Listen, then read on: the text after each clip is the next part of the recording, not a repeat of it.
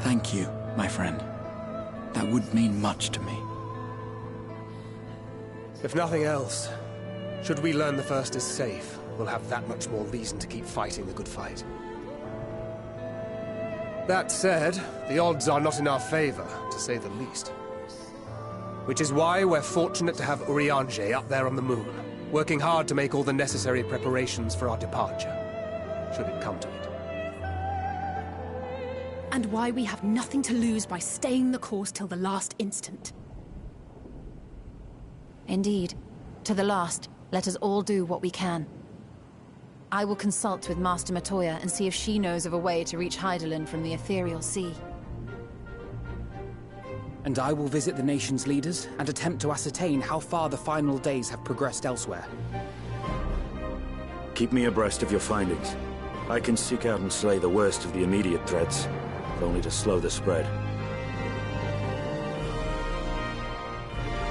Unease, terror, despair. Try as we might to suppress them, these emotions will return to harry us time and time again.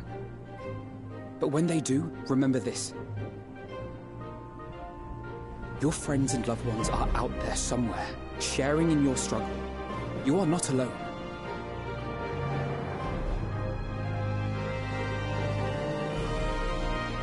So ends the brief respite before the next revelation. Yes, so much left for you to see. Where beginning ends, and end begins.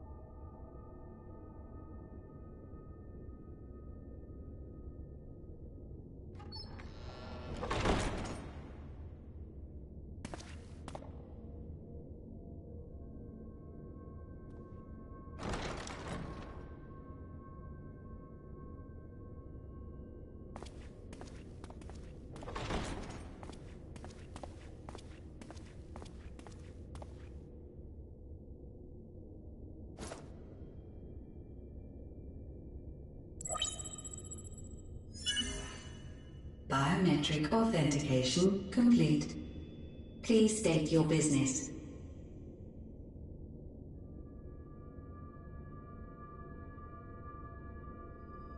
Acknowledged. Reinitializing Circus Tower systems. Searching for Elidibus entity.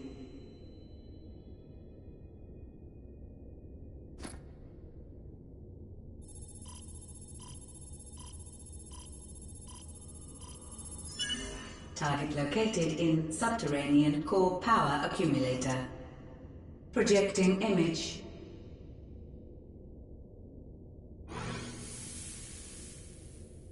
My home. My friends. No more than a dream. Oh.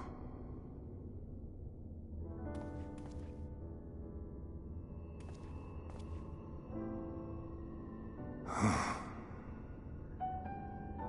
You. Why have you awakened me? I no longer sense those places beyond, or Lord Zodiac. You must explain all.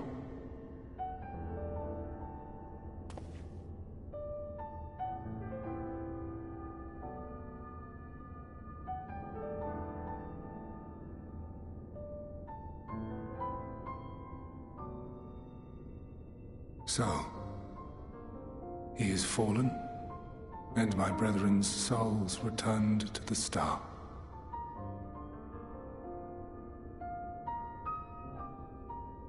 The doom we sacrificed so much to prevent is come again.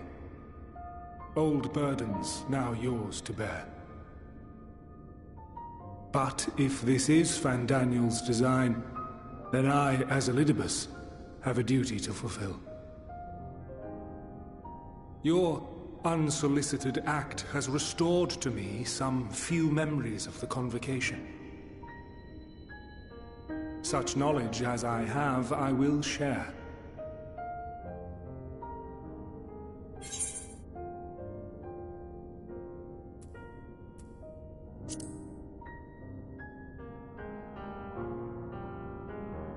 I do this not for you. I merely perform my duty, as I have ever done. Where to begin?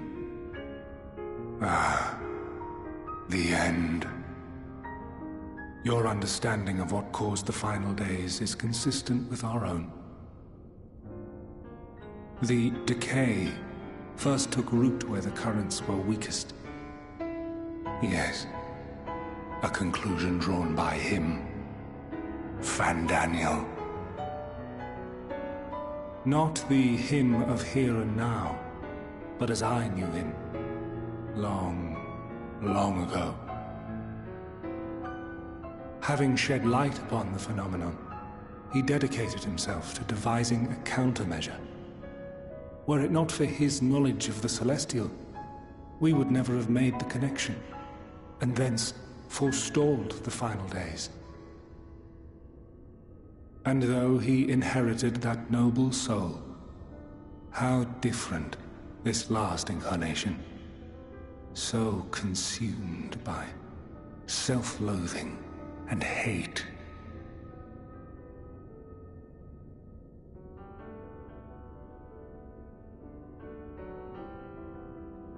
Elpis. Yes, the name is familiar to me. Yet I know it not as a flower, but a place. A testing facility for determining which of our creations were fit to be released into the world. Many worked there, and before joining the Convocation and assuming the title of Fandaniel, he was their chief. He was Hermes.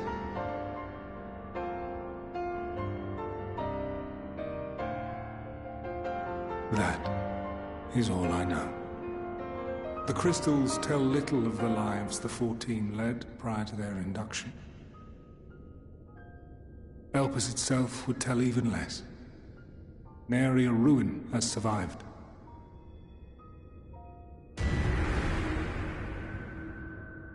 Wait. I saw you there.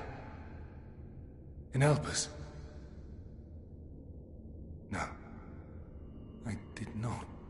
But I did. I did. A lingering trace of impossibility. And a truth that fills my heart.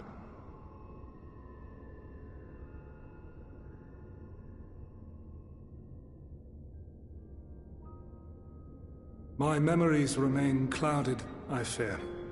However, they have revealed to me one possible course. You must travel to Elpis, to the time when Hermes served as its chief. In glimpsing the Exarch's memories, not only did I make his summoning magic mine own, I also mastered the workings of this tower, which, having absorbed my empowered essence, now harbors an abundance of energy. As such, I believe I can deliver you unto the past, unto that place and that precise moment. Given the eons that must be traversed, the gateway will not be fully formed. Your form will be less tangible still than those warriors of light I had summoned. In all likelihood, none will be able to see or hear you. Yet even should you manage to interact with others, you will be unable to effect meaningful change. For the reality you wish to save, the reality to which you must return, exists as a result of the final days. You cannot reshape the past to undo the tragedies of the present. Cannot unmake the sorrow and suffering fated to come. In full knowledge of this, will you still entrust your life to your foe and make the journey?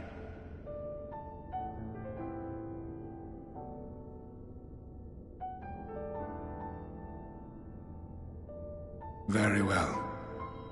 I shall cast you unto the river of time. Let this be my final act. You must input the commands. I no longer have the authority. First, you must reconfigure the systems, that the tower's ether may be channeled for the magic.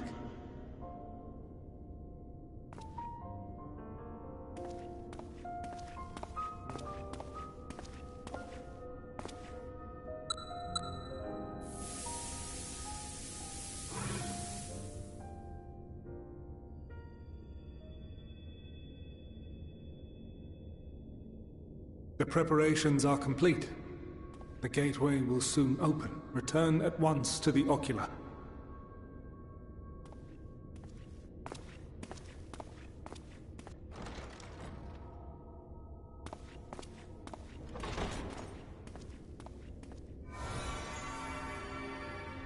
All appears to be in order.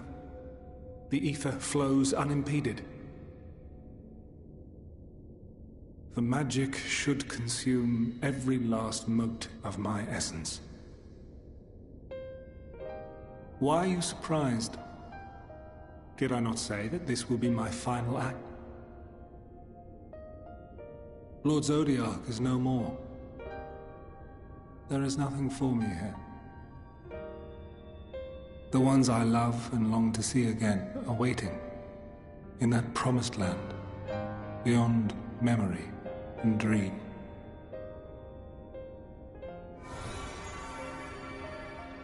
Now go, warrior of light. Go, and do not look back.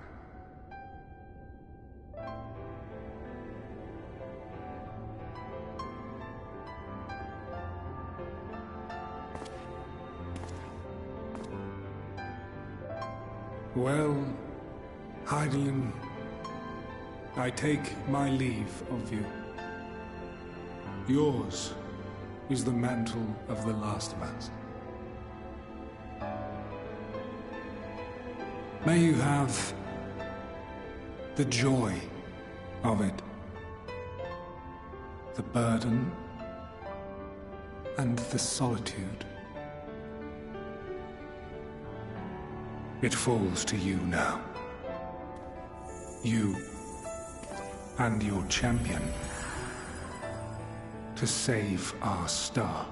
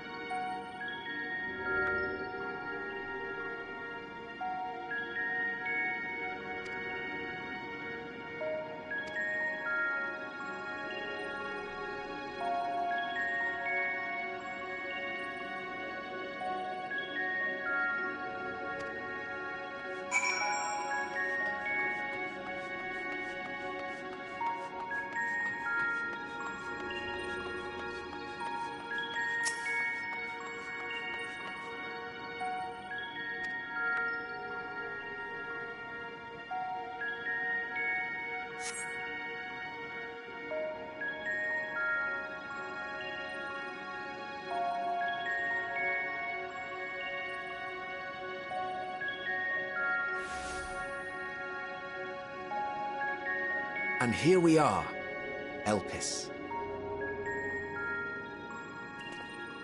Well, well, how rare to receive you in person. To what do we owe the honor? Oh, just a few odd tasks. We'll be here a while.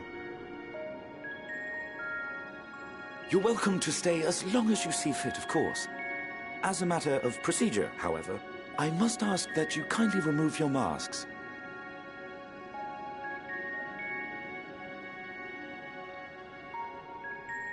Come now. Is this truly necessary? Surely you can tell who we are. Who you are, perhaps, but I am far less infamous. Regardless, if we do not follow protocol, 'tis our hosts who would be held accountable. So, please, do favor us with your handsome face.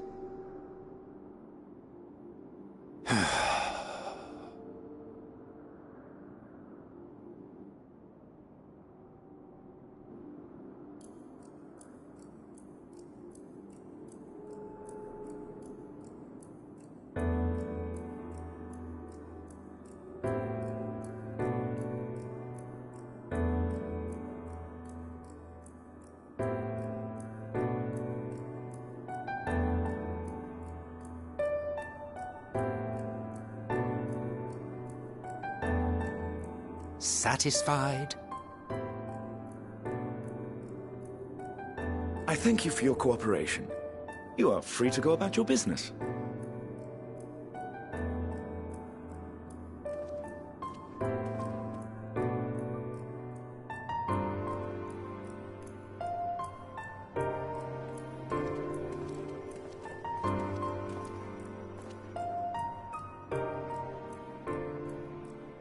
By the by, you see it too, yes?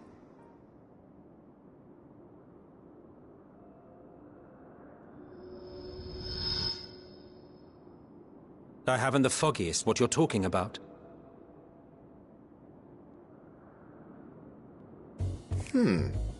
That's odd.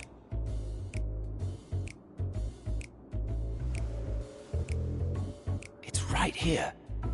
A bit thin in the ether, but there's no mistaking it. The color of its soul is almost identical to Azem's. Do you suppose he created it? Rather unusual for a familiar to have a soul, though.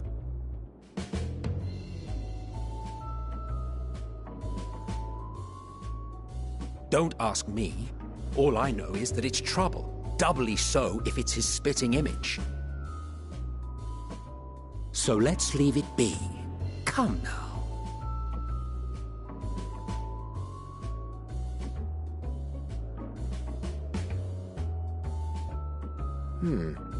It's trying to say something, but it's literally too intangible to form words.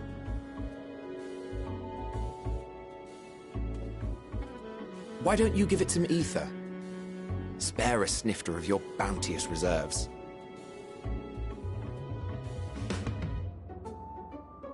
Who do you take me for? Why, a dear friend, of course. One who wouldn't let acts of kindness, such as my accompanying him on errands to far-flung outposts, go unrewarded.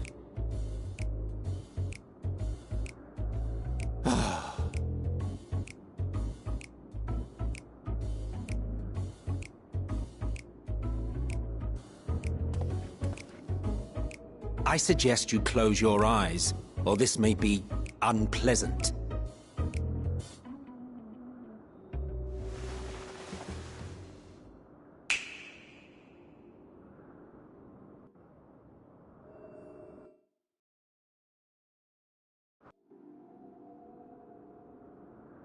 You may open your eyes.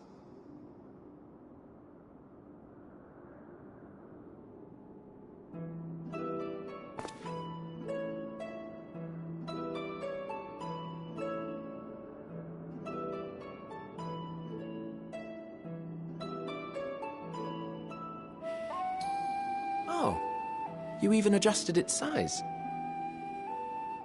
The better to indulge your whim. This way, it will be easier to communicate. How very thoughtful of you. And may I applaud your artful reinforcement. Without further ado then. Greetings! I am Hythlodaeus, Chief of the Bureau of the Architect. Sulking beside me is the most honorable Emmet Selk of the Convocation of 14. And how might we address you, my new friend?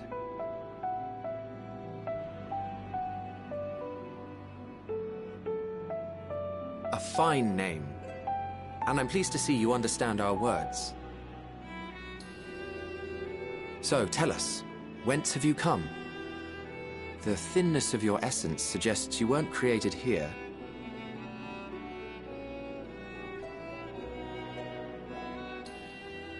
You do not know? Or cannot say? Allow me to ask a different question, then.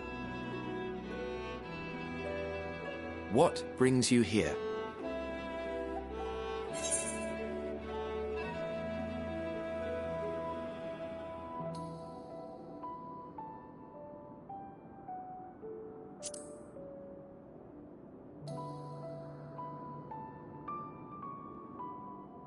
Well now, the same as us. Perhaps Azim wished to come too, but had to settle for a familiar. If he truly wished to be here, then he would be. Right you are. My apologies if we've given offense. The two of us can discern the color of souls, you see, and yours happens to resemble that of a friend. And with your purpose matching our own besides, we jumped to a hasty conclusion. We are here to speak with Hermes, the chief overseer of this facility, which we also intend to tour in order to gain greater insight into the man's work. We, I say, though this is Emmett Selk's charge. I am here only to serve as his guide.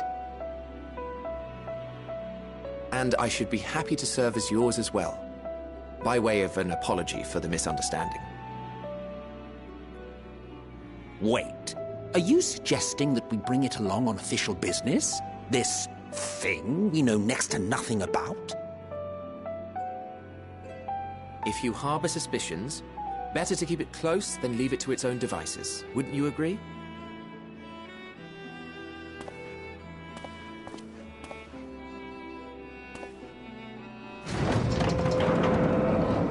Besides, having a mysterious life form in tow is the norm rather than the exception here.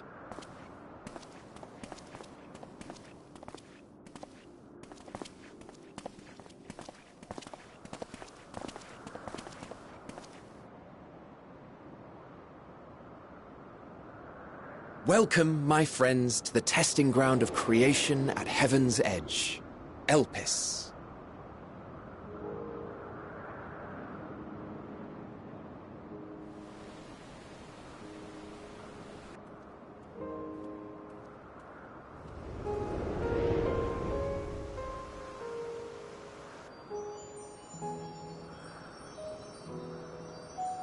This presence.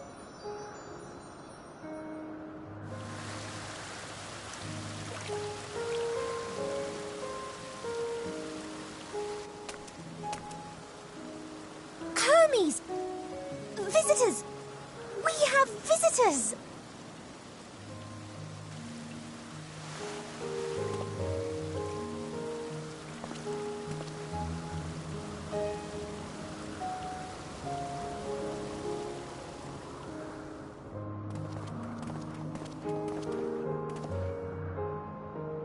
What secrets are you hiding, I wonder?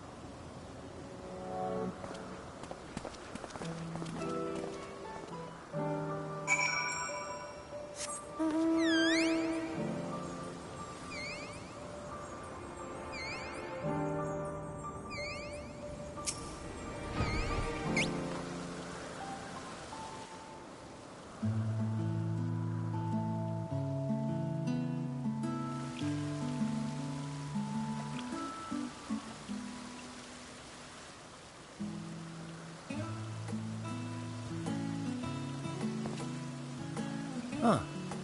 You are...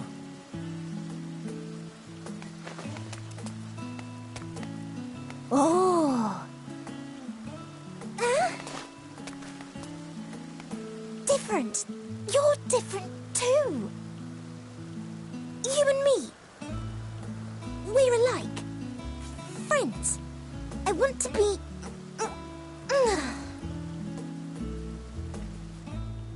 Wait. Please. Wait.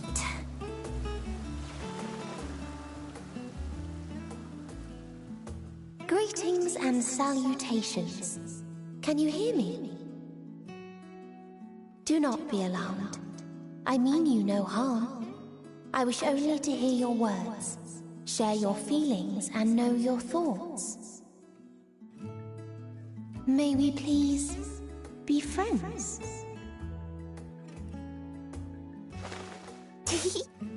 May we please be friends?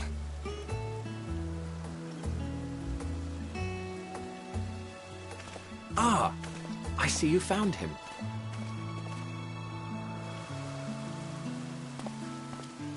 Hythlodaeus. It's been a while.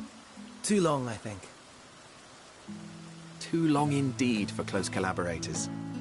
On this blessed occasion, I bring not only myself, but others who long to speak with you.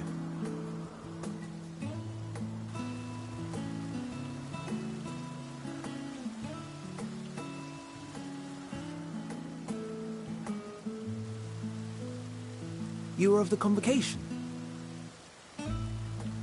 Emmet Selk at your service. Do I have the honor of addressing Hermes, Chief Overseer of Elpis? You do. You have traveled far for it. Given your facility's purpose, its remote location is something of a necessity. Would that I didn't have to rely upon a guide.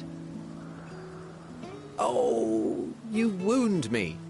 Have I not ever been an attentive and helpful friend? But moving along to more agreeable company, this one we chance to...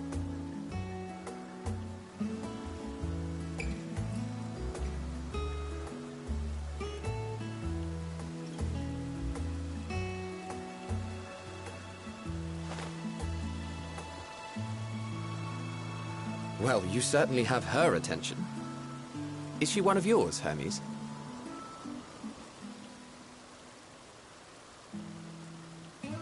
Her name is Meteon. It means shooting star.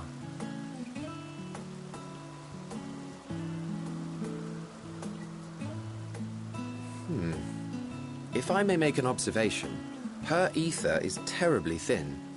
I fear she might dissipate at any moment. Nor do I believe you've made a submission to the Bureau. I would remember such a concept if you had. I haven't, as you say. I judged it too early. She's a pet project of mine, still undergoing preliminary testing. But rest assured that I will attend in person ere long. Very well. Being an authority on flying life forms, I appreciate that you are exacting in your...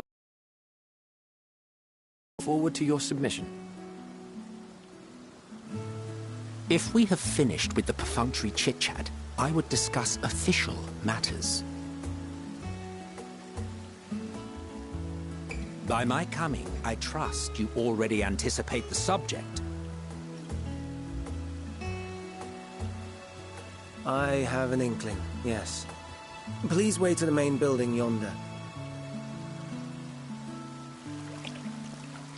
I shall join you as soon as I've returned these creatures to their homes. What's wrong, Hermes? An amystoma is missing.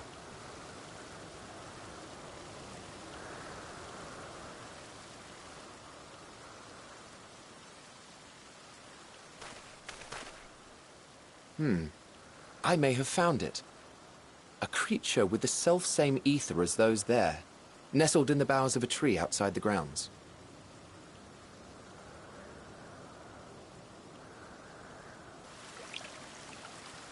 You're saying they can climb with their sorry excuses for limbs?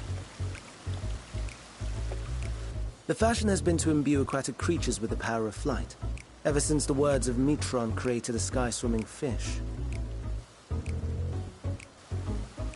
The Amistomas too can fly, if only slightly, and they could conceivably climb a tree. Whether they can come down safely, however... Excuse me.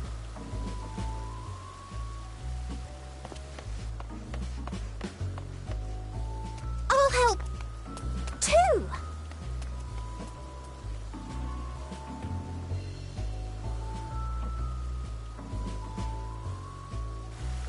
And what are we supposed to do with this lot?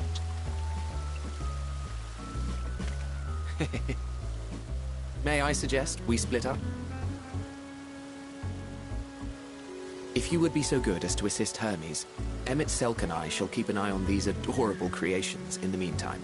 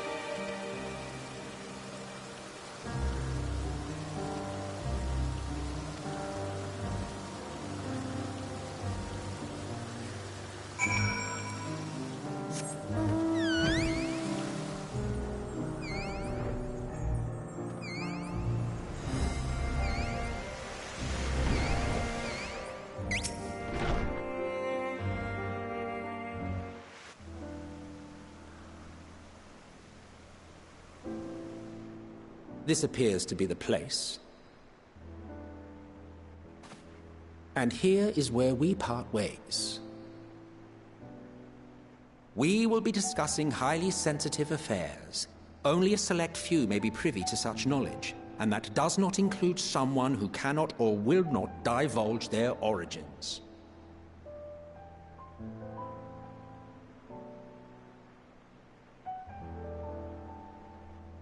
What? Will I have to remove you by force?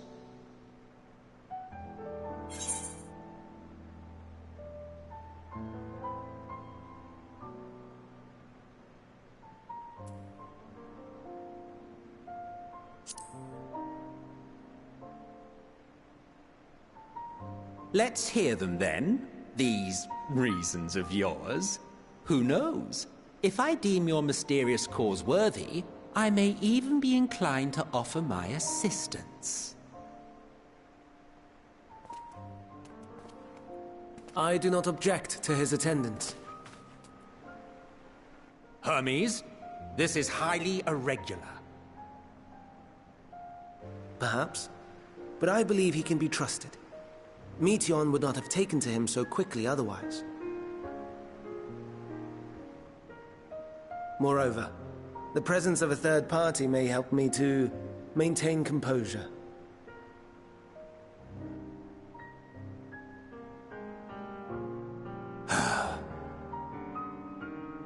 As you wish, then. Behave yourself, do you hear?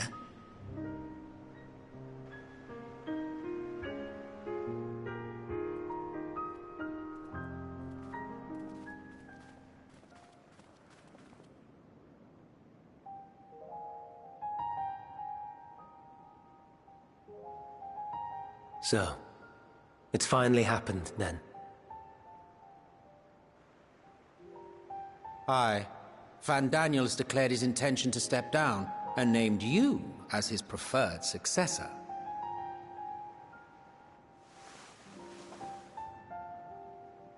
In recognition of your knowledge and your works, the Convocation is giving the recommendation due consideration. As one who does not know you personally, I am to use my impartial eye to take your measure. And above all else, to ascertain your disposition towards the invitation.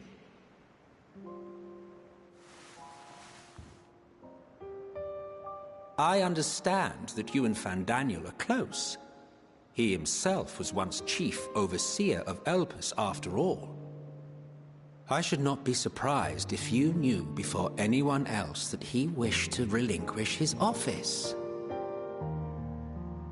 I did. He told me that when he fulfilled his purpose, he wished to pass the torch to me. A torch you seem none too pleased to accept. Are you so averse to serving on the Convocation? No, it's not that. For a humble researcher like myself to even be considered is an honor beyond words. No.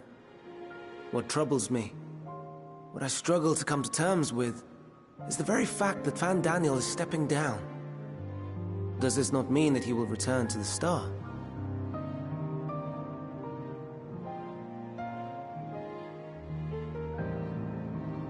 Of his own volition, yes, like so many others have before him. Return to the Star?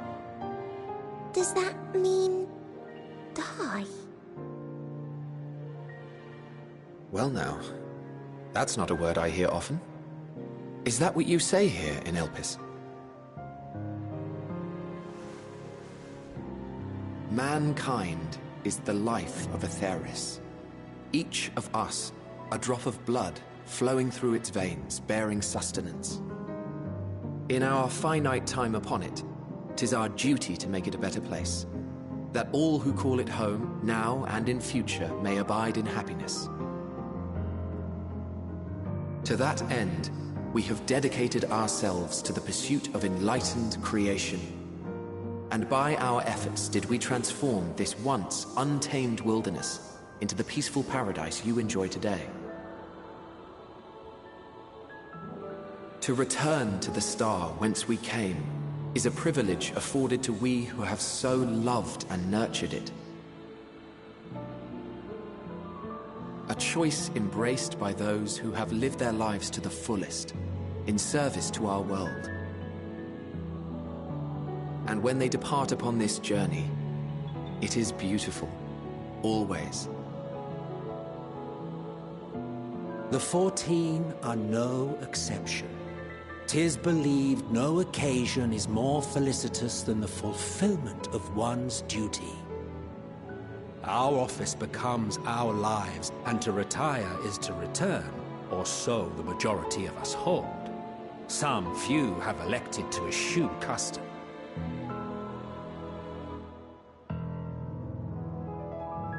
Mayhap you feel Fandaniel's deeds do not warrant his return. Yet you should know his accomplishments as well as any. During his time, he conceived of countless outstanding concepts. And channeling the wealth of experience he attained here in Elpis, he brought forth many new specimens. I know of all this. I do. It's just... I cannot fathom why someone so great and wise, who could still do so much good, would want to end it all.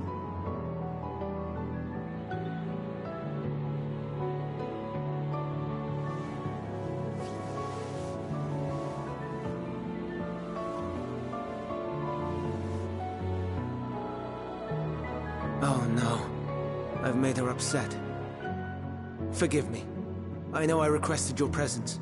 Might I trouble you to take Meteion outside? A change of scenery would do her good.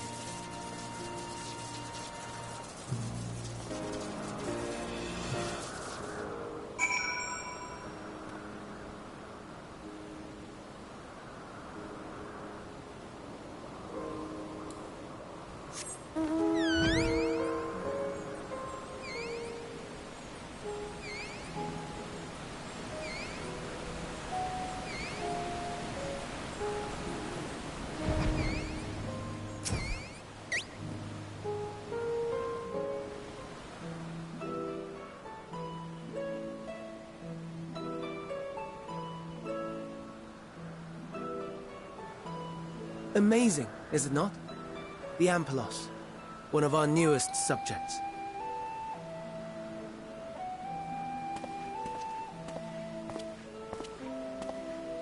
So, how are we coming along?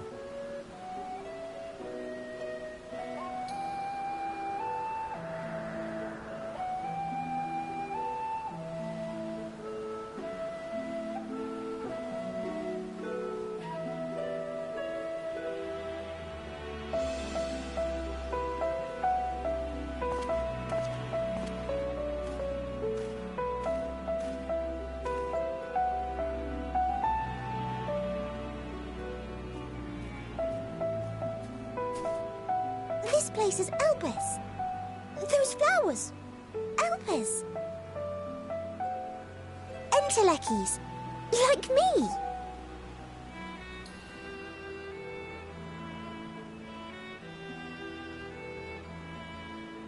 They are a product of Elpis, and so named for their birthplace.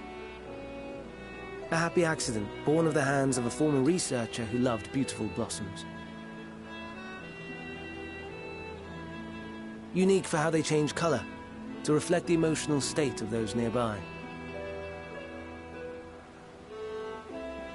Though be it here or elsewhere, they are seldom seen in any hue save purest white. Reflect the emotional state, you say? By what means do they achieve this? In creation, there exists an energy wholly apart from ether, one driven by emotions. In like manner to how we manipulate ether, this flower is subject to the influence of said energy.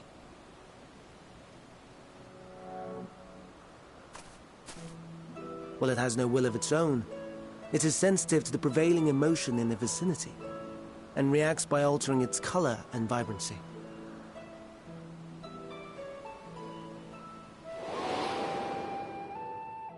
Akasha? It is one of the unseen energies defined by Harnish alchemical theory. Though a gross oversimplification, some describe it as an essence influenced by feelings.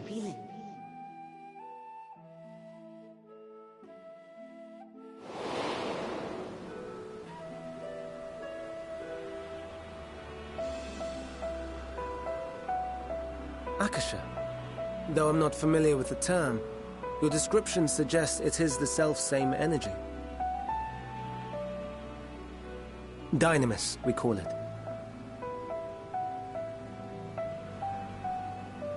And those entities like the Elpis flower that have the ability to interact with this energy, converting emotions into tangible phenomena, are Entelekis. That's me! That's me! An Enteleki! That you are, my dear. And no ordinary one at that, but the first possessed of free will.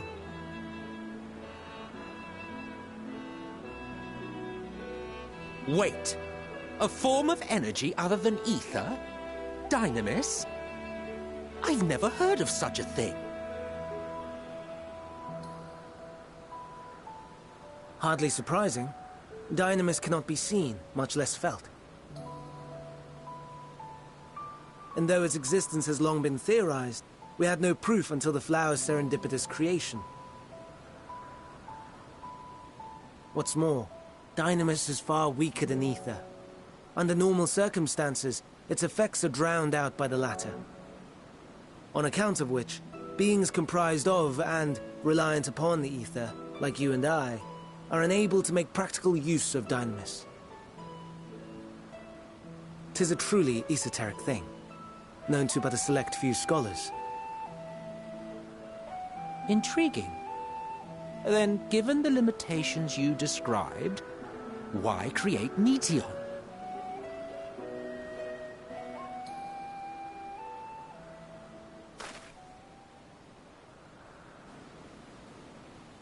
Our star, Aetheris, is especially rich in ether, so much so that its name is derived from it. However, when we consider all energy in existence here and in the vast space beyond, Dynamis may account for as much as 68 0.3%. The more abundant form by far. Were we able to control it, we could open the door to limitless possibilities. 'Tis not unlike a gently flowing stream, unable to break through the dam of ether barring its path. But if we could imbue the stream with the vigor of a raging river...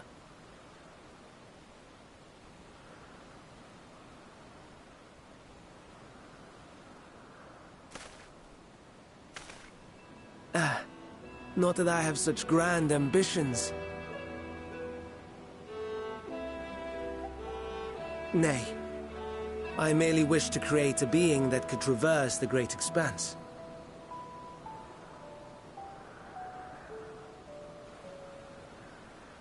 The relative scarcity of ether beyond the bounds of this star was a concern. And so, I looked to another source of energy by necessity.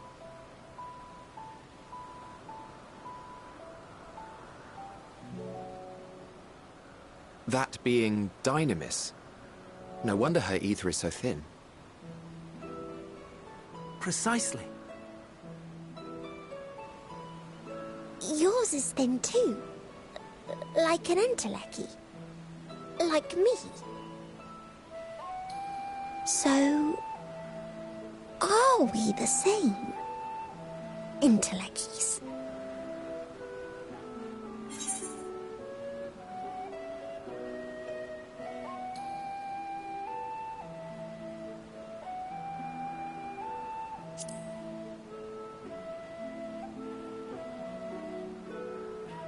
I think not. Your nature remains a mystery, but ere I reinforced you, you appeared to be little more than a common familiar, and a faded one at that. A deficit of ether alone does not an entelechy make. It would, however, make it easier for you to interact with Dynamis. And limited though its influence may be, this quality could prove the difference between victory and defeat. You'd do well not to underestimate it.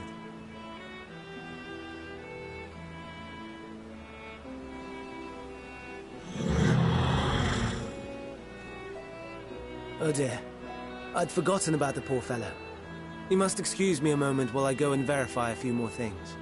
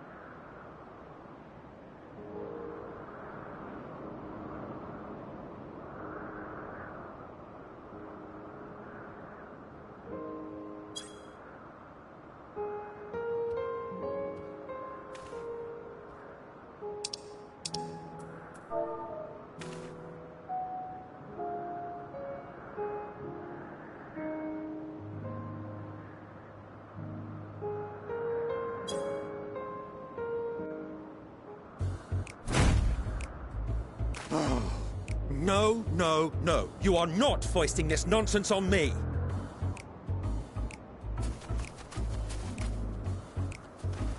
I'm given to understand you have the power to help the Charybdis, and should be quite willing to do so.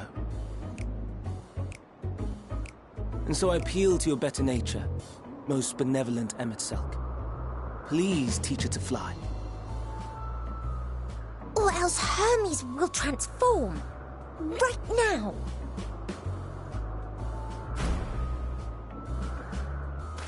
Now, there's no need to go quite that far. Altruism is its own reward, as I'm sure he would agree. Oh, would he now? And who contrived to put me in this position, pray tell? Nothing so devious. I merely suggested a possible course of action.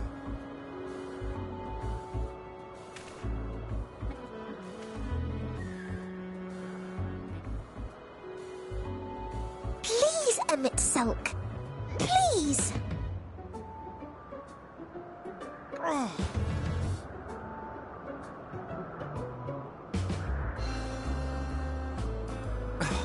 I did not come all this way to play nursemaid to your creations. I'd thank you to remember this favor and let it be the last.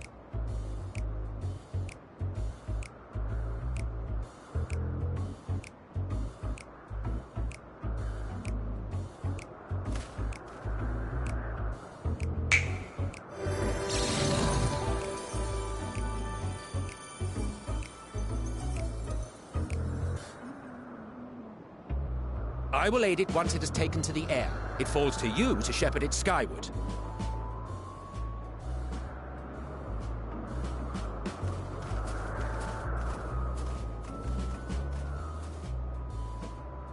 Well, let's relax and enjoy the spectacle, shall we?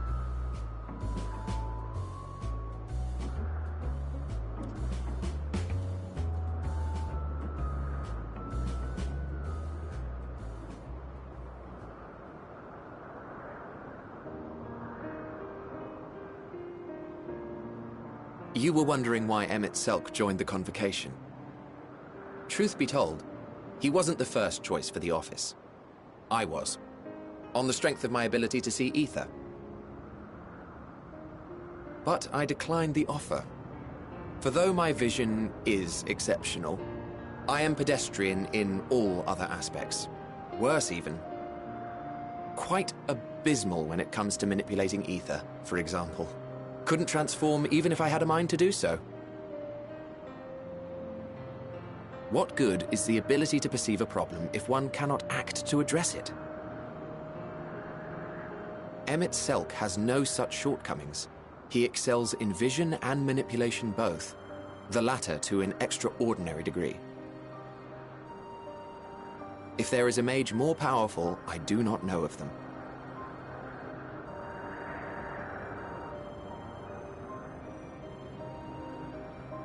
Thus did I recommend him for the office in my stead. And I wasn't the only one. Far from it. Countless others vouched for his skill and character. People the world over, to whom he had previously lent a helping hand. Oh, how surprised he was.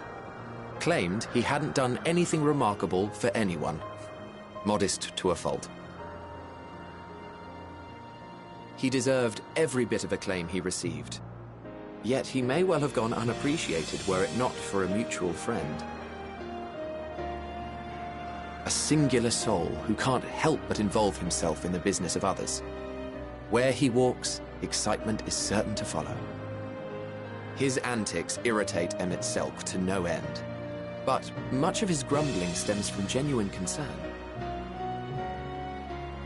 When our friend calls, he never fails to answer and lend his talents.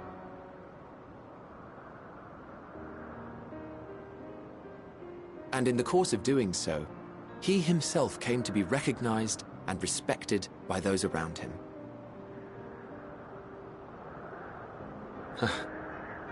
They are truly remarkable individuals, and I'm proud to call them friends. To help them realize their dreams. This will be my greatest contribution to our world. And when they have fulfilled their respective purposes, so too shall I have fulfilled mine, and together we may return to the star. Look at me, spilling my innermost secrets.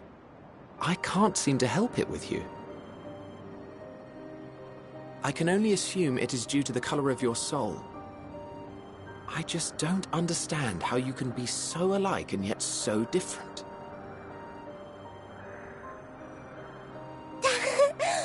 Well done, my pet. Well done!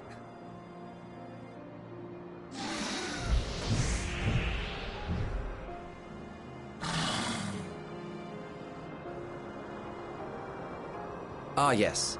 I dare say the Charybdis will be fine here on. Why don't you go and signal to Emmett Selk? Let him know that his arduous task is at an end.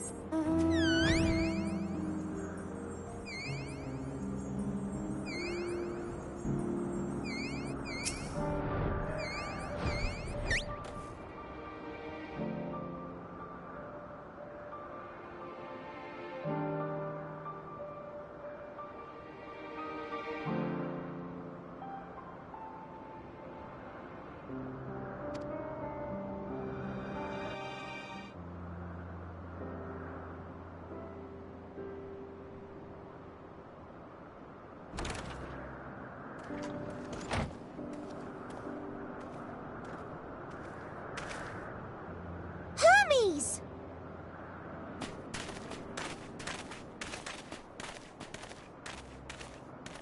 Oh. You were waiting for me. You've finished talking? Yes. We've come to a decision. My thanks for keeping Meteon company. Emmett Selk and Hythlodaeus have already retired to their rooms. There is room for you too, if you would follow me. Wait! I want to show you something first.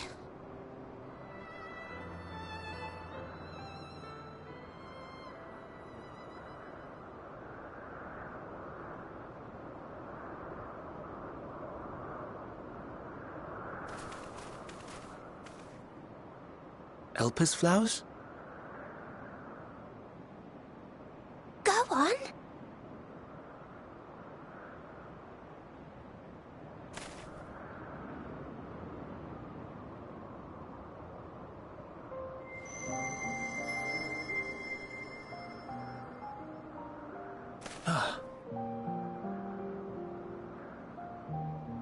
not the only one, Hermes. Others feel sad too. You're not alone.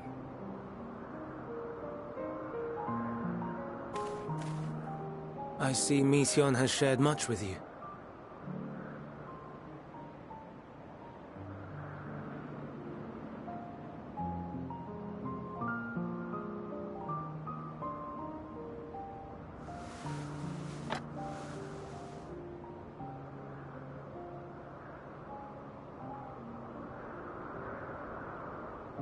May we talk a moment?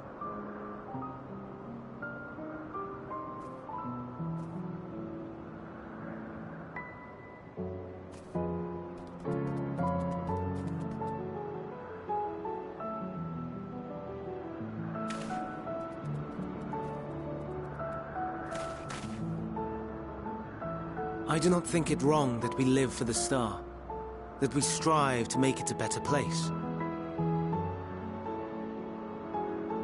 And yet, in carrying out my duties here, there are times when I am plagued by doubt. Do you recall what Hythlodaeus said, when we first spoke of my nomination? Death is the privilege of those who have fulfilled their purpose, a choice they embrace of their own free will, and when they depart, it is always beautiful. Perhaps it is. But only for man. Creations that he deems useless are discarded with nary a second thought. Some scarcely born into the world, afforded a handful of breaths before life and potential are abruptly extinguished. We make an effort to spare them the pain, but they sense what awaits. Rage and anguish and cower and fear. And it is not beautiful. Yet no one cares. No one. So fixated are we upon the duty that we do not pause to question the method. Pain and suffering, confusion and despair, writ plain in the eyes of those poor creatures. Yet no one sees. We turn a blind eye and carry on in blissful ignorance. Nor to miss. And always, always the blossoms shine pure and white. A contradiction so blatant I could scream, want to scream. How can you all accept this aberration? Then I wonder, am I the aberration for thinking thus? And I am filled with dread. But now I know I'm not alone. Not the only one for whom the flowers weep. Owen asked what you thought as you kneeled beside the Elpis, or if you only did it at Meteon's insistence. Nevertheless, I thank you. To know that you too have experienced suffering is a comfort.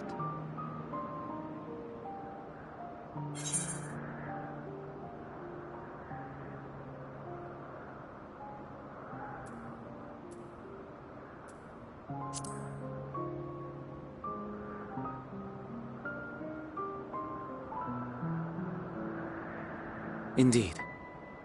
Difficult though it may be, I must endeavor to be strong like you.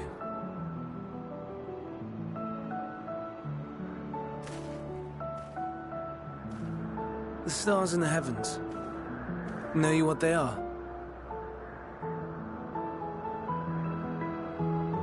Though it is too far to tell, each glittering light could be a world not unlike Aetheris. A world filled with life. So many stars, so many lives. For us, there may be no higher purpose than to live for our world. But what of the other living beings out there?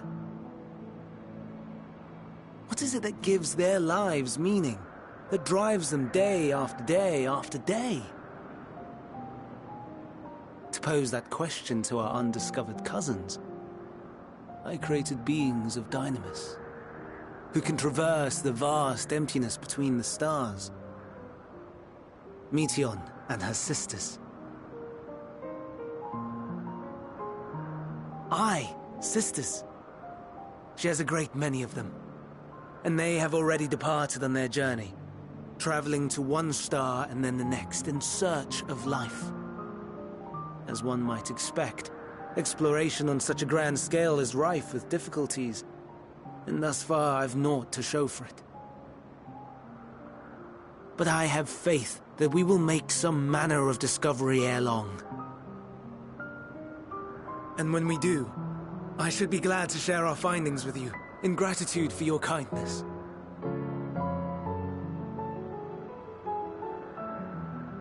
It's getting rather late. We had best find our beds.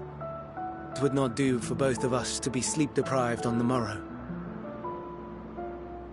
Come, Meteion. Let us head back. All right!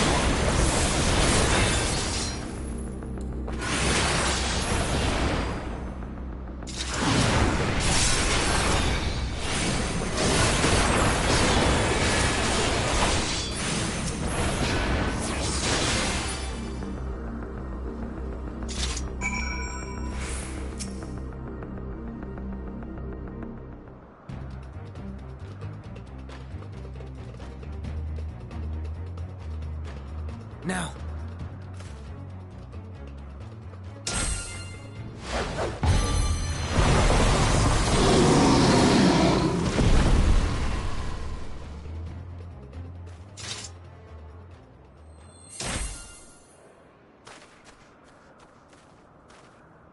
Oh.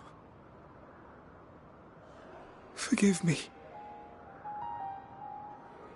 Please, forgive me. May you and your kin find peace. Wherever your souls may drift in the underworld, may you find tranquil seas.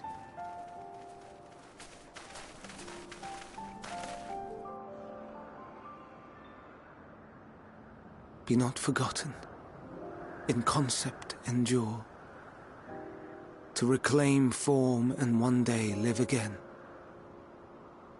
Serve not the star, or any purpose save your own. Live again, if that be your desire.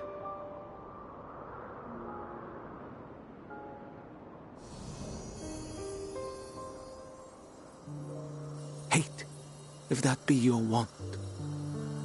We are worthy. But leave your suffering behind. Lay down your burdens, be born anew. Fly high, fly free.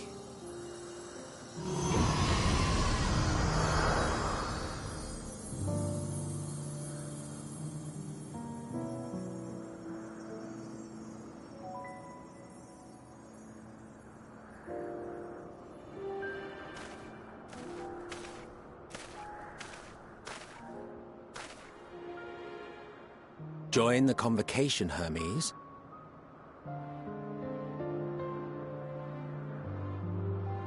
You do not belong here. Leave to replace another. To be replaced. It changes nothing. Tell me, do you think it right that we sacrifice all these lives for the sake of the star? And when the star has reached perfection, what then? If all who are satisfied choose to die, shall we all die in satisfaction?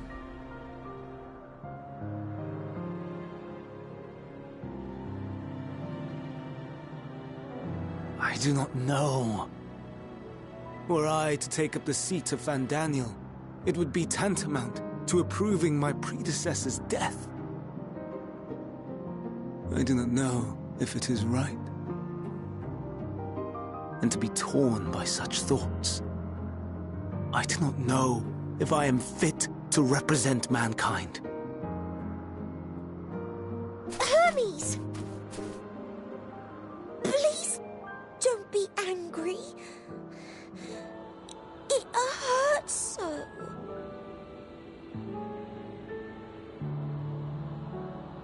Forgive me. If you would still consider me in spite of everything, I beg some time to gather my thoughts. Meanwhile, Hythlodaeus, I fear I must trouble you to attend to the others. 'Tis no trouble at all. Take as long as you require.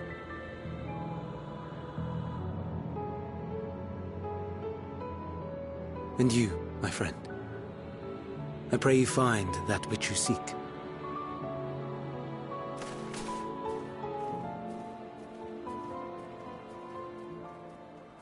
I expect we have some few matters to discuss. Shall we return to the 12 Wonders for a time? Aye.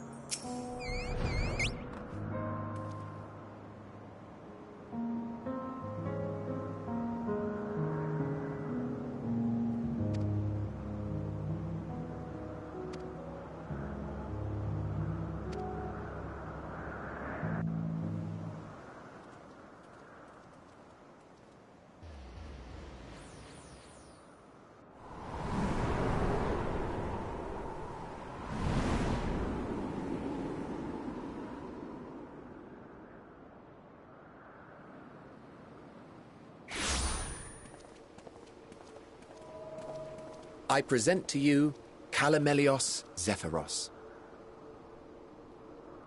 Here you will find a number of testing facilities, as well as the observation hub of Poiton Oikos. Right then. Let's begin by...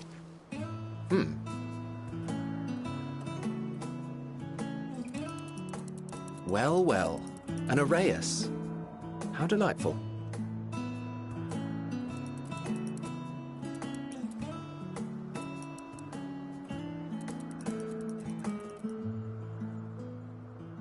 And what, pray tell, is that? Ah, that's a new species of shark. We approved the concept but a few days ago. Sharks are among the most popular sea creatures. Rare is the day when someone does not submit a new concept.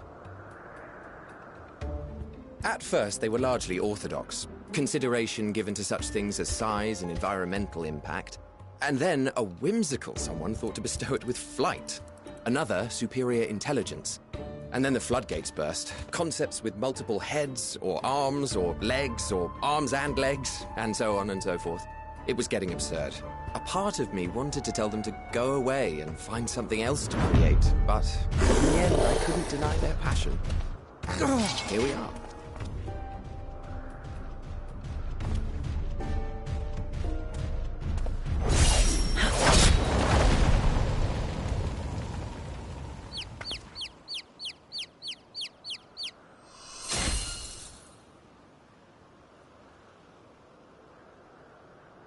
That was too close.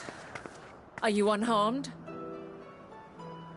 Well now, if it isn't a pair of familiar faces. Banar, that we should meet you here.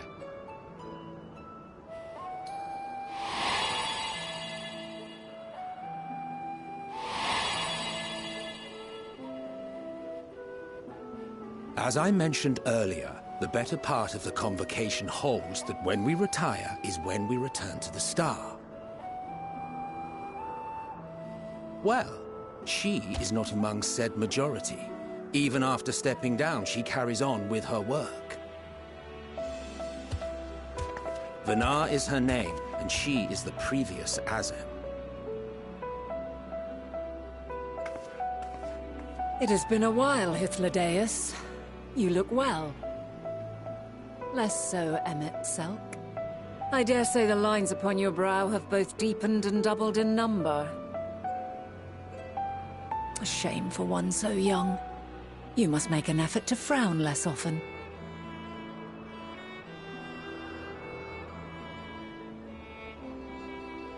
Easier said than done, thanks to your unruly successor. How is he, if I may ask? Incorrigible as ever. Rushed headlong into a volcano on the brink of eruption just the other day. I should be glad to share the tale in its entirety later, if you're so inclined. Oh, you know I am. Now then, you are?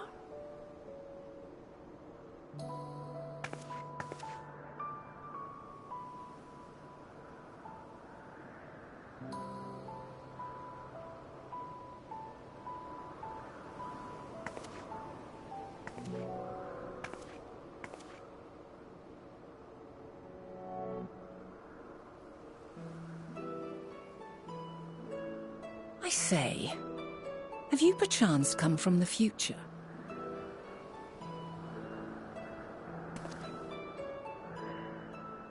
I do not believe we have ever met, yet I sense my magic upon you. Therefore, if I wove the enchantment, I could only have done so at a later point in time.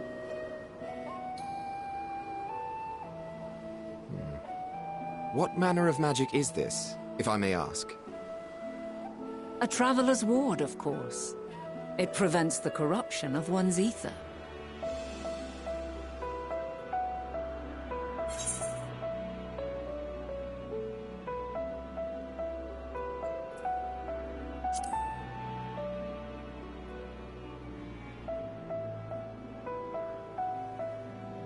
Primals, you say? I'm not familiar with such beings, but if they enthrall by warping the balance of ether, then yes, the magic would afford you a measure of protection. I gather from your question that you are not ignorant to its presence. Hold on. From the future? That's absurd.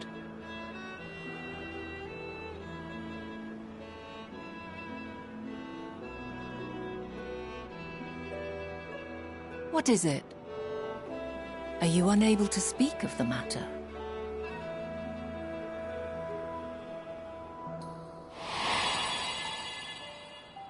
The reality to which you must return exists as a result of the final days. You cannot reshape the past to undo the tragedies of the present.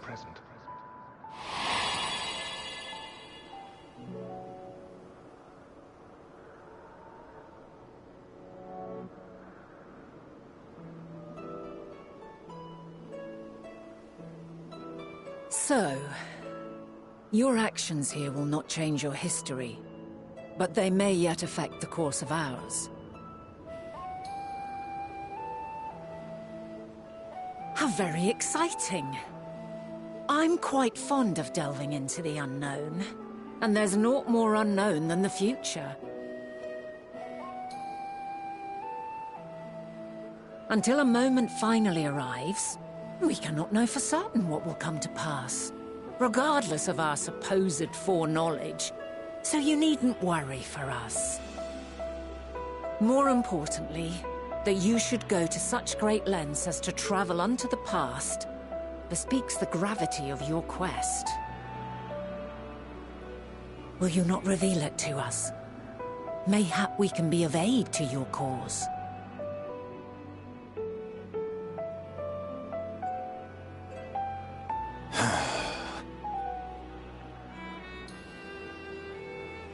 If this is true, then you've been keeping quite the secret to yourself.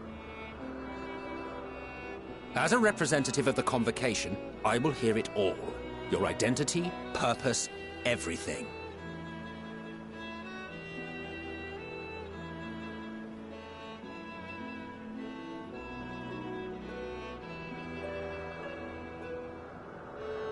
Why don't we move to a place more conducive to calm conversation? I've been working here for some days now at an old friend's behest. If it is agreeable, we may make use of my accommodation at Poiton Oikos.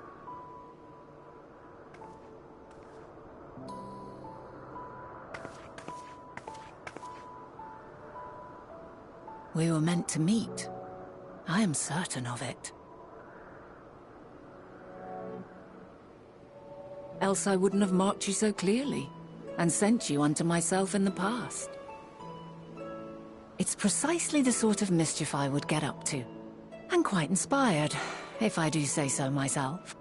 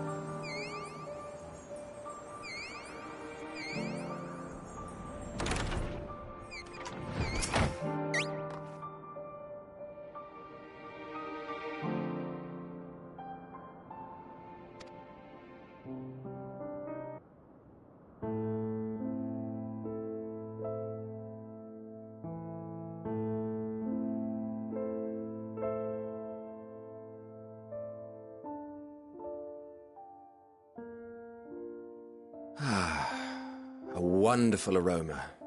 I feel more relaxed already. Would that I had sweetmeats to offer, but I travel light out of habit. There's plenty of hot water though, so please have as much tea as you like. Now then, will you tell us your tale?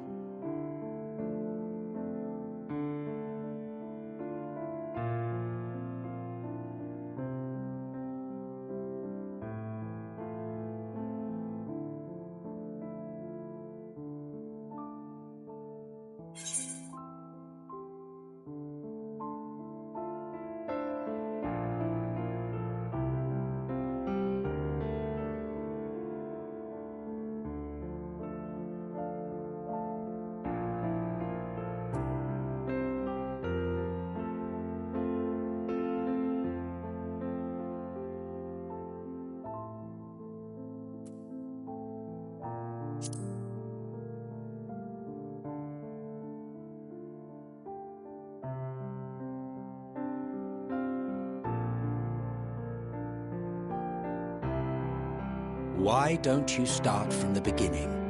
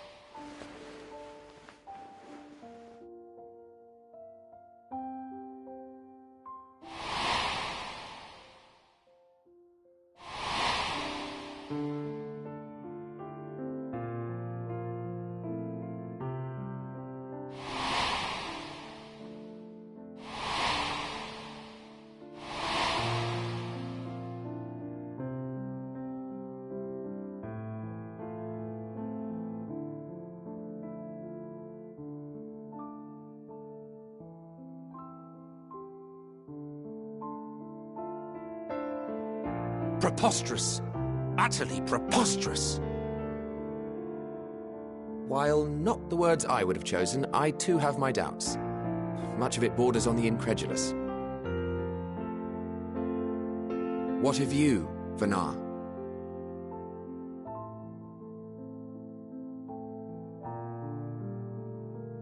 Not knowing the precise details of the fast final days, it is difficult to determine the veracity of the tale. Supposing it is all true, I must ask myself why I would do what I did. Why would I feel I had no recourse but to oppose the 14 and create this Hydaelyn? Circumstances change, of course, but it would not have been an easy decision regardless. No, there must have been a reason. One compelling enough to force me to take such drastic measures. Then there is the Elpis flower, which I said would serve as a guide. That it's of import to your mission is plain, but your presence here leads me to believe that this place also holds significance. But what could it be? What are we meant to accomplish? Might it not be simply thus? In the future whence he came, the final days could not be averted. Mankind has no choice but to flee the star. By alerting us to that eventuality, perhaps you wish to pave the way for other futures. Theoretically speaking, it is a possibility. Yet if that were my primary objective, I see no reason to guide our friend to Elpis specifically. The capital and Amarot, or even my own home would be more logical destinations.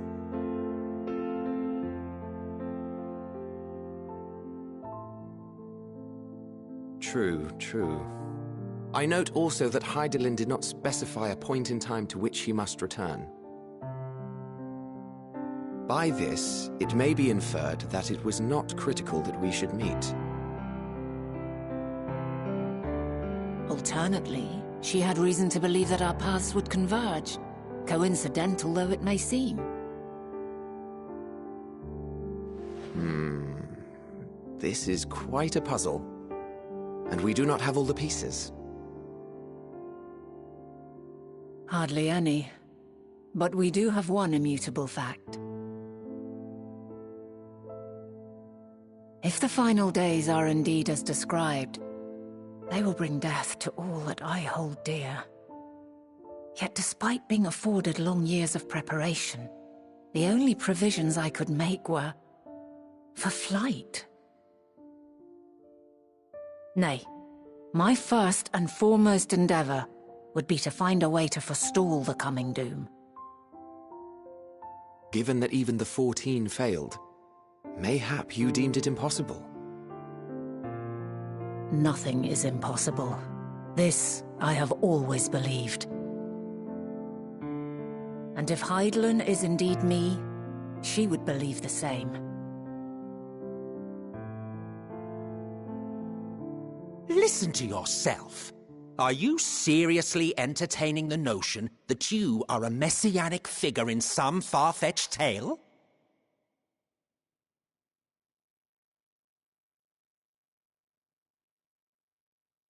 Well, I will not.